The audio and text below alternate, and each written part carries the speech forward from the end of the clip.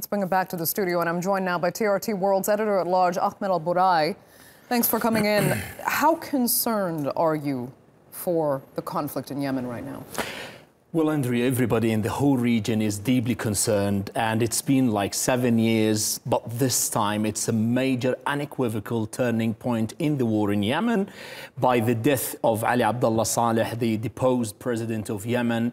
It seems that the shattering between the two alliances, the loyalists, the supporters of Ali Abdullah Saleh and the Houthi, the group that killed him, is going to have a dark, dire repercussions on the coming few days. The spillover is grim. Now it seems that the Saudi-led coalition is going to have a punishing bombing campaign to revenge the death of Ali Abdullah Saleh. On the other hand, you have his son, who is believed to be in the United Arab Emirates in house arrest. He vowed revenge, and he said that he's going to be heading, if he can, to the Yemen in order to lead the campaign to kill every Houthi till the last. That's what he tweeted, according to the Saudi news agency. He is going to kill every Houthi in Yemen. Also, Abd Rabbu Mansour Hadi, who is the internationally recognized president of Yemen, who is in Saudi Arabia, in Riyadh, he also asked the whole Yemenis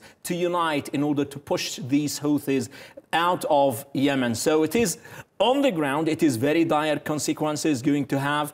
But on the other hand, you have the opposition, the people on the ground, not only the congregation of the Yemenis for reform, that is the Muslim Brotherhood branch in Yemen, who are not on the same page with the US, with the Saudi-led coalition.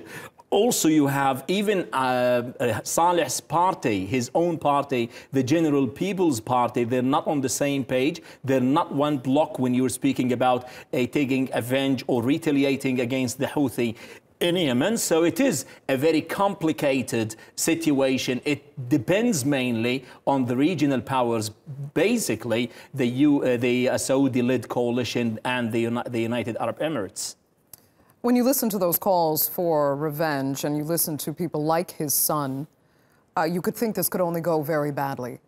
But what could happen that could potentially de-escalate this conflict?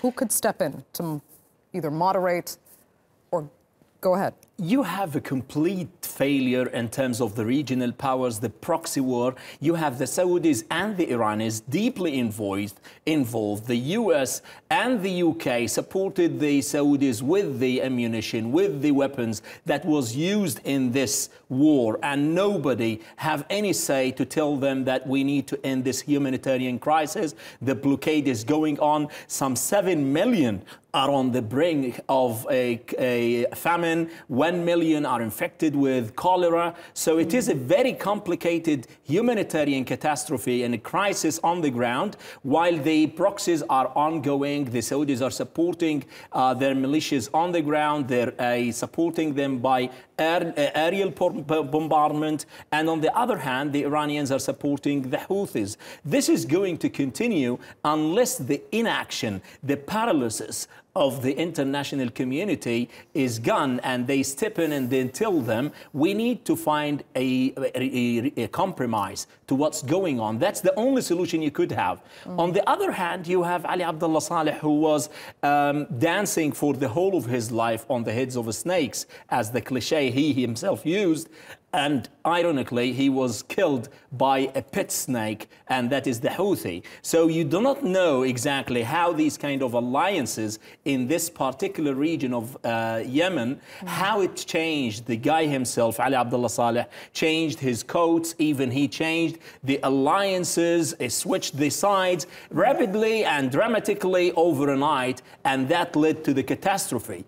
He could have relinquished the power to, as any other president in the world, and let it to the people on the ground to decide. But the Arab autocrats all over the region, in Syria, in Libya, they decide to go on to the end of the road by killing their own people. There could have been other choices if they stepped down from the very beginning. Okay, but the damage has been done. Okay, Ahmed, we'll have to leave it there. Thanks so much for coming in.